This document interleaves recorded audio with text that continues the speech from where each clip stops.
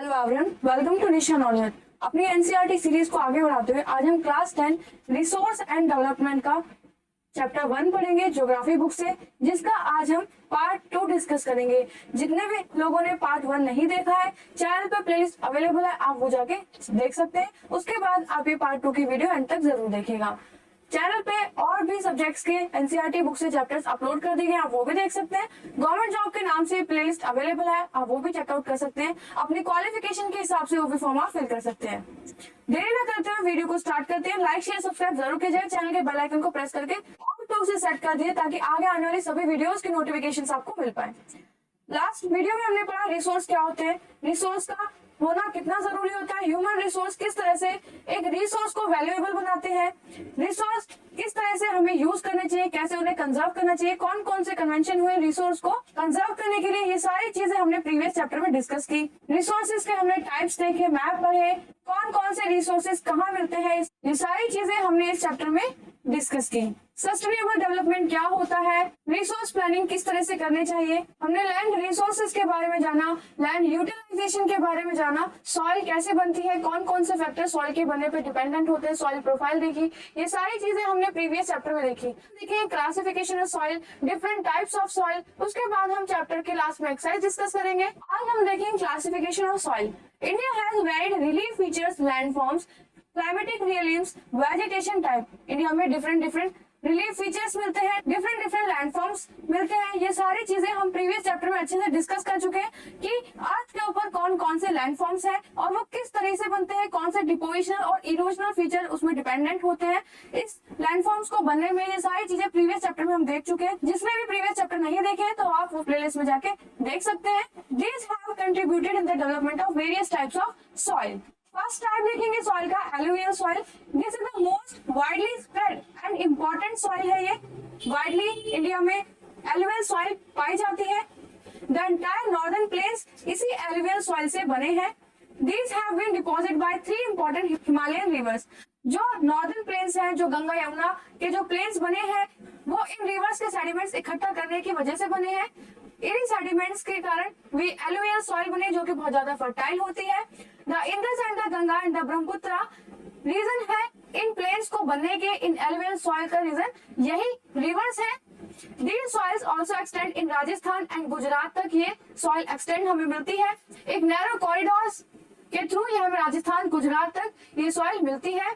Alluvial soil also found in the eastern coastal plains, particularly in the deltas of Mahanadi, Godavari, Krishna और Kaveri delta पे भी हमें alluvial soil मिलती है। वो भी रिवर्स के सेडिमेंट्स की वजह से ही बना है। The alluvial soil consists of various proportion of sand, silt और clay.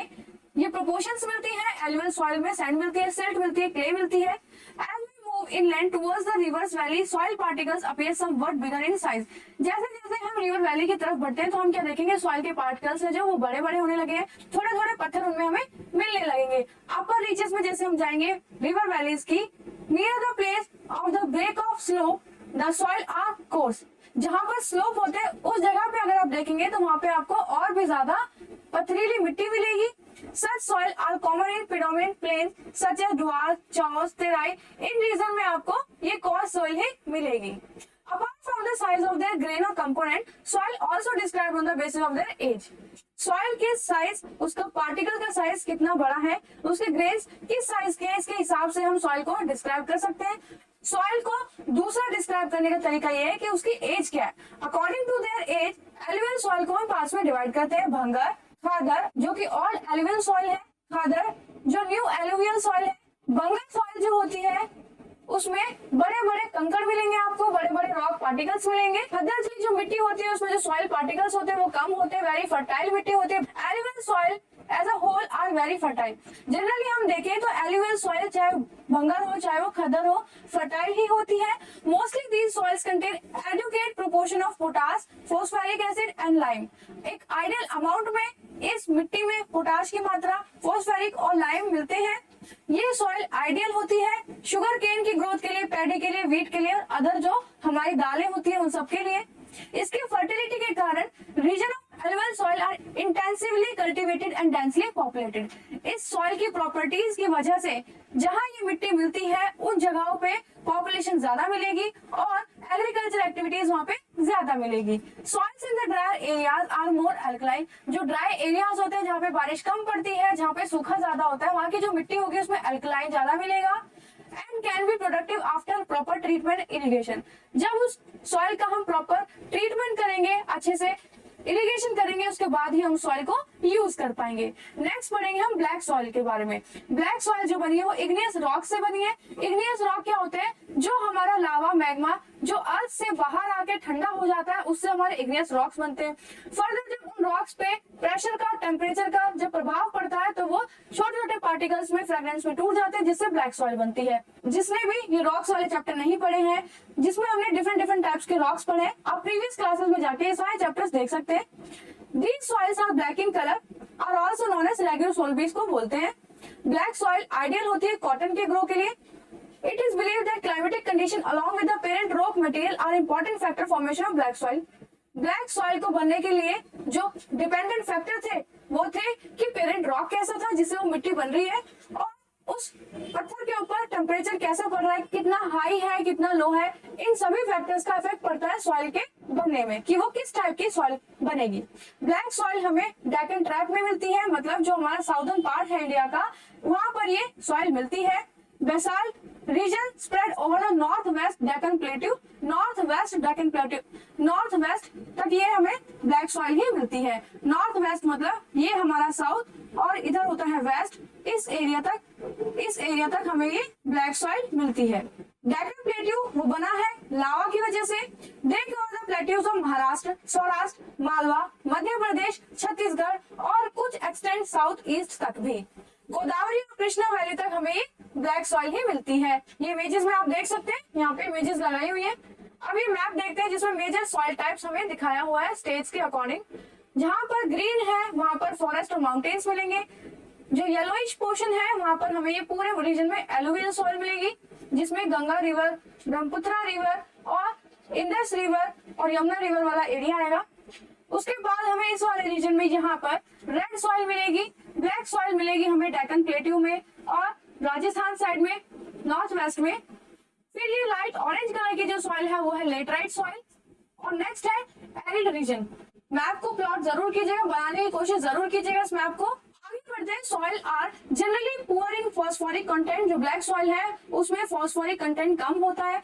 Develop deep cracks during the hot weather which help in proper aeration of soil. Black soil जो होती है उसमें प्रॉपर एरिएशन होता है।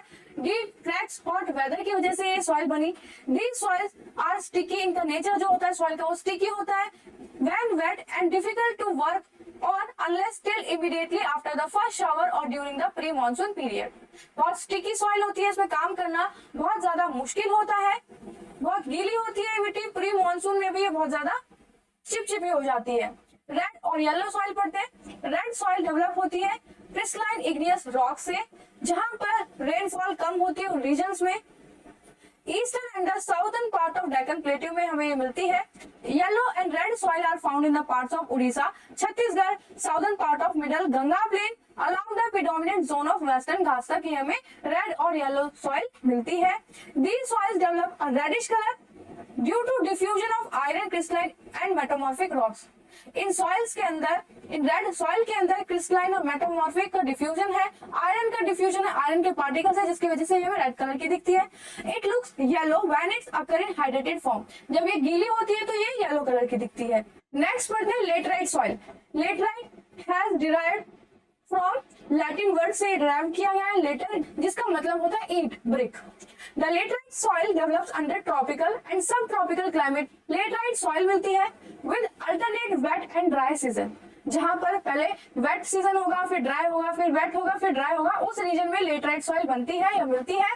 This soil is result of intense leaching due to heavy rain. ज्यादा बारिश होने के कारण यहाँ पे इंटेंस लीचिंग होती है, जिसकी वजह से ये सॉइल बनी।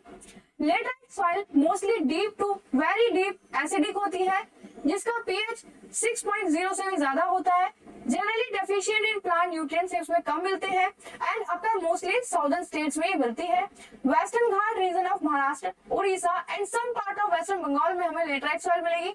नॉर्थ ईस्ट रीजन में हमें लेटराइट सॉइल मिलेगी where these soil support deciduous and evergreen forest. It is humus rich, इसमें बहुत ह्यूमस होती है जिसकी वजह से ज्यादा पेड़ पौधे आपको यहाँ दिखाई देंगे क्योंकि रेनफॉल ज्यादा होगी जिसकी वजह से फ्लोरा फोना की स्पीसीज में सरवाइव कर पाएंगी। But under sparse vegetation and semi arid environment की वजह से it is generally humus poor. Semi arid environment जब होता है वेजिटेशन आपको स्पार्स मिलेगी और ये ह्यूमस पुअर मिलेगी उस वक्त। क्यों? क्योंकि जो पेड़ पौधे इतने ज्यादा हो जाएंगे कि वो फाइट करेंगे आपस में न्यूट्रिएंट्स के लिए, तो यहाँ पे ह्यूमस की कमी हो जाएगी, पेड़ ज्यादा हो जाएंगे जिसकी वजह से यहाँ पे कंपटीशन सा क्रिएट हो जाएगा। They are prone to erosion, यहाँ पे इरोजन नहीं होता क्योंकि पेड़ इतने ज्यादा होते हैं कि वो सॉइल को होल्ड करके रखते हैं अपनी रूट से। Degradation due to their position on the landscape. After adopting appropriate soil conservation technique अगर हम यूज करते हैं तो ये जो सॉइल है वो यूजफुल हो जाती है कॉफी टी की प्लांटेशन के लिए। ये प्लांटेशन कहाँ होगी? कर्नाटका में, केरला में, तमिलनाडु में इस तरह की एग्रीकल्चर एक्टिविटीज की जाती है। रेड लेटराइट सॉइल तमिलनाडु में मिलेगी, Andhra Pradesh, Kerala are most suitable crops for cashew nut. तो ये वाली सॉइल कैशू नट्स को ग्रो करने के लिए बहुत अप्रोप्रिएट होती है। एरिड सॉइल देखते हैं। Arid soil range from red to brown in colour होती है। ये जनरली सैंडी टेक्सचर होता है, इसका सलाइन नेचर होता है। सॉल्ट कंटेंट इसमें वेरी हाई होता है। कॉमन सॉल्ट इसे ऑब्टेन किया जाता है वाटर को इवापोरेट करके। ड्राई क्लाइमेट होता है, जब हाई टेम्परेचर होता है इवापोरेशन जल्दी हो जाता है and the soil lacks humus and moisture, और सॉइल में ह्यूमस और मॉइस्चर कम हो जाता है। The lower origin of soil are occupied by kankar. जो लोअर ओरिजिन में सॉइल होगी उसमें कंकर ज्यादा मिलेंगे। क्यों? क्योंकि इसमें कैल्शियम कंटेंट बहुत ज्यादा होता है। जैसे जैसे आप नीचे के लेयर्स में आप देखेंगे कंकर layer formation in the bottom origin restrict the infiltration of water. कंकर होने की वजह से जो नीचे की लेयर्स है सॉइल की उसमें इनफिल्ट्रेशन कम हो पाता है, रिस्ट्रिक्ट हो जाता है वाटर। टॉप सॉइल के नीचे के जो ओरिजिन्स होते हैं कंकर होने की वजह से रिस्ट्रिक्ट हो जाता है वाटर का infiltration. After proper irrigation these soils become cultivable हो जाते हैं। जब इनमें हम प्रॉपर इरिगेशन कर देते हैं तो ये किस एरिया में मिलते हैं? वेस्टर्न राजस्थान में हमें ये वाली सॉइल मिलेगी। नेक्स्ट पढ़ते हैं forest soil. These soils are found in hilly और माउंटेन एरिया में हमें फॉरेस्ट सॉइल मिलती है जहाँ पे सफिशिएंट अमाउंट में रेन होती है। फॉरेस्ट में यहाँ पे जितने पेड़ पौधे हैं सबको प्रॉपर अमाउंट में यहाँ पे पानी अवेलेबल हो जाता है। जो सॉइल का टेक्सचर है वो वेरी करता है अकॉर्डिंग टू द माउंटेन और इन्वायरमेंट के हिसाब से, जहाँ पे वो रीजन है उस रीजन के हिसाब से।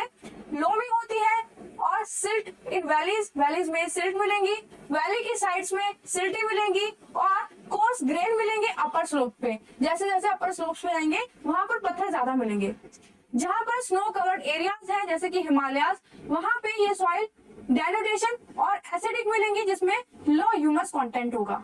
ये सॉइल पाई जाती है लोअर पार्ट ऑफ वैलीज में, पर्टिकुलरली जो रिवर के टेरेस होते हैं, एलुवियल फेंस होते हैं, वो बहुत ज्यादा फर्टाइल होते हैं और वहां पे ये मिट्टी पाई जाती है।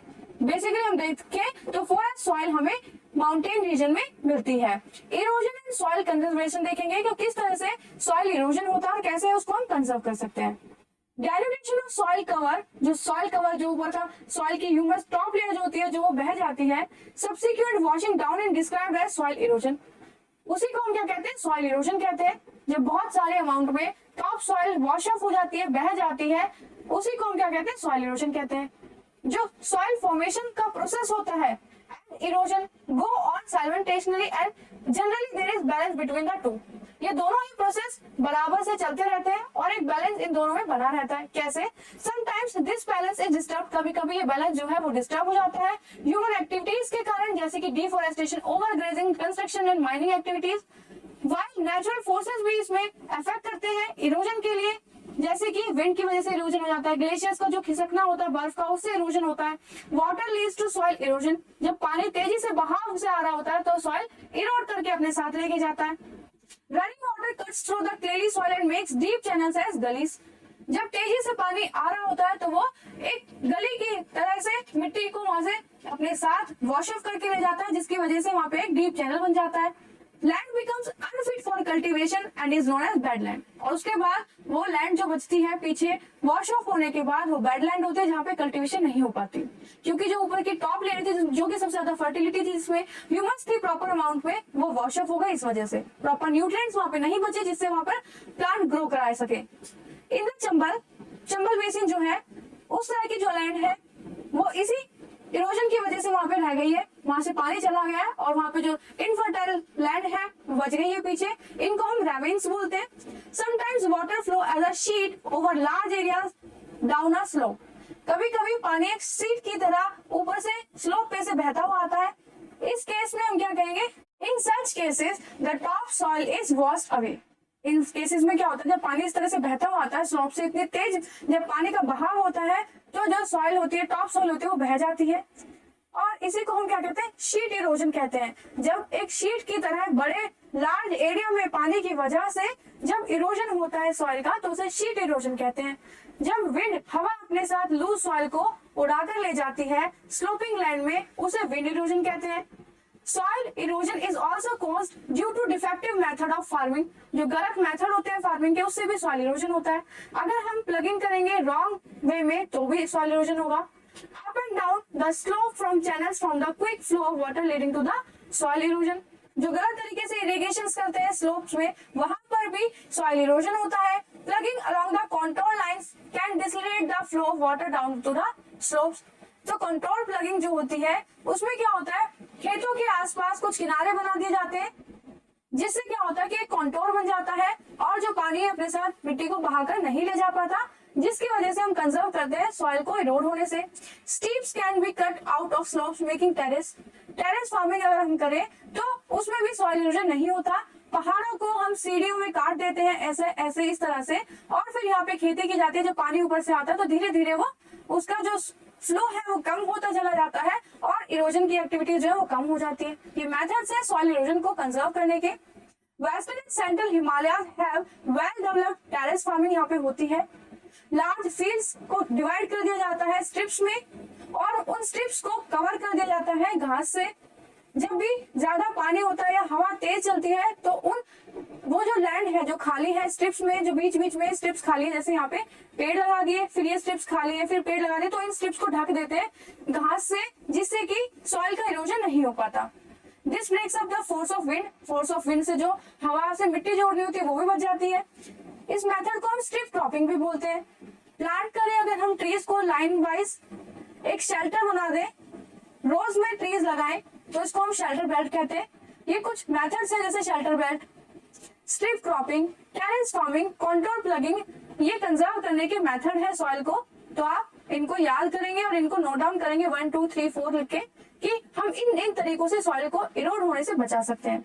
These shelter belts have contributed significantly to stabilization of the sand dunes and stabilizing the desert in Western India. Western India में डेजर्ट को आने से हम इन्हीं शेल्टर बेल्ट के थ्रू रोकते हैं कि एक शेल्टर बेल्ट मतलब एक बेल्ट की तरह हम पेड़ लगा देंगे, तेज हवाएं चलेंगी, मिट्टी वो लेके आएंगी तो वो पेड़ों की वजह से रुक जाएगी वहां पर और इस एरिया में वो मिट्टी भी नहीं पहुंच पाएगी और मिट्टी जहां होगी वहीं पे बैठ जाएगी जिससे सॉइल इरोजन कम होगा। सैंड ड्यून्स को भी हम इसी तरीके से स्टेबलाइज कर सकते हैं। सैंड ड्यून्स क्या होते हैं वो हमने पिछली क्लास में डिस्कस किया हुआ है और भी लैंडफॉर्म्स हमने डेजर्ट में जो बनते हैं वो सभी डिस्कस किया, जैसे कि मशरूम रॉक कैसे बनते हैं, सारी चीजें डिस्कस की। आपने वो चैप्टर्स नहीं देखी तो आप देख सकते हैं। एक्सेल डिस्कस करते हैं एमसीक्यूज में। Which one of the following is the main cause of land degradation इन पंजाब। तो ओवर इरिगेशन की वजह से पंजाब में क्या हुआ है, लैंड डिग्रेड हुई है। विच ऑफ द फॉलोइंग स्टेट्स, कौन कौन से स्टेट्स में टेरेस कल्टीवेशन किया जाता है, तो इसका आंसर आप मुझे कमेंट में बताएंगे। पंजाब है, प्लेन्स ऑफ उत्तर प्रदेश है, हरियाणा है या फिर उत्तराखंड है। तो एक हिंट में दे देती हूँ कि माउंटेन एरियाज में टेरेस फार्मिंग की जाती है। In which of the following states have black soil, तो कौन कौन से स्टेट्स में ब्लैक सॉइल मिलती है, क्या राजस्थान मिलती है, झारखंड में, महाराष्ट्र में या फिर उत्तर प्रदेश में। इसका आंसर हमने चैप्टर में देखा है तो कमेंट करके आंसर कीजिएगा ताकि आपको चैप्टर रिकॉल हो सके। आंसर द फॉलोइंग क्वेश्चंस देख लेते हैं। 3 स्टेट्स का नाम बताना जहां पे ब्लैक सॉइल मिलती है and the crop which is mainly grown in it, और ऐसे कौन सी क्रॉप होती है जो इनमें उगाई जाती है। तो कौन सी क्रॉप है, कॉटन यहाँ पे ब्लैक सॉइल में ग्रो कराई जाती है। नेक्स्ट क्वेश्चन देखते हैं, what steps can be taken to control soil erosion in the hilly areas. Hilly areas में कौन कौन से स्टेप्स लेंगे आप सॉइल इरोजन को कंजर्व करने के लिए या सॉइल को कंजर्व करने के लिए, इरोड ना हो ताकि हो टेरेस फार्मिंग कर सकते हैं हम। तो इस तरह के एग्जांपल्स आप देंगे 120 वर्ड्स में आपको यहाँ पे आंसर करना है, जिसमें फर्स्ट क्वेश्चन है explain land use pattern in India. India में किस तरह से लैंड यूज पैटर्न हो रहा है, किस तरह से लैंड को हम यूज कर रहे हैं। Why has the land under forest not increase much since 1960 से 1961 तक। लैंड जो फॉरेस्ट के अंदर जो लैंड थी, जहां पे फॉरेस्ट थे, वो एरिया इंक्रीज क्यों नहीं हुआ? क्योंकि उसके बाद प्रॉपर इंडस्ट्रियलाइजेशन हुआ, रोड्स बने, डैम्स बने, तो किसी ने ध्यान नहीं दिया कि हमें फॉरेस्ट की कटाई नहीं करनी है, हमें एफोरेस्टेशन करना चाहिए instead of deforestation. Technical economical development led to more consumption of resources. अगर टेक्निकल और इकोनॉमिकल डेवलपमेंट हो तो क्या मोर कंजप्शन होगा रिसोर्सेज का? तो इसका आंसर आप मुझे कमेंट करेंगे कि होगा या नहीं। तो ये चैप्टर यहाँ पे खत्म होता है, वीडियो यहाँ पे खत्म होती है। कोई भी डाउट होता है किसी भी टॉपिक में तो कमेंट करके जरूर पूछिए। किसी भी चैप्टर में, किसी वीडियो में, वीडियो से रिलेटेड कोई भी डाउट आता है तो कमेंट जरूर कीजिएगा। चैनल को लाइक शेयर सब्सक्राइब जरूर कीजिए। चैनल के बेल आइकन को जरूर प्रेस कर लीजिए। एक्सप्लोर कर लीजिए, प्लेलिस्ट अवेलेबल है चैनल पे। नेक्स्ट वीडियो में नेक्स्ट चैप्टर के साथ फिर से मिलेंगे। तब तक के लिए ऑल द बेस्ट।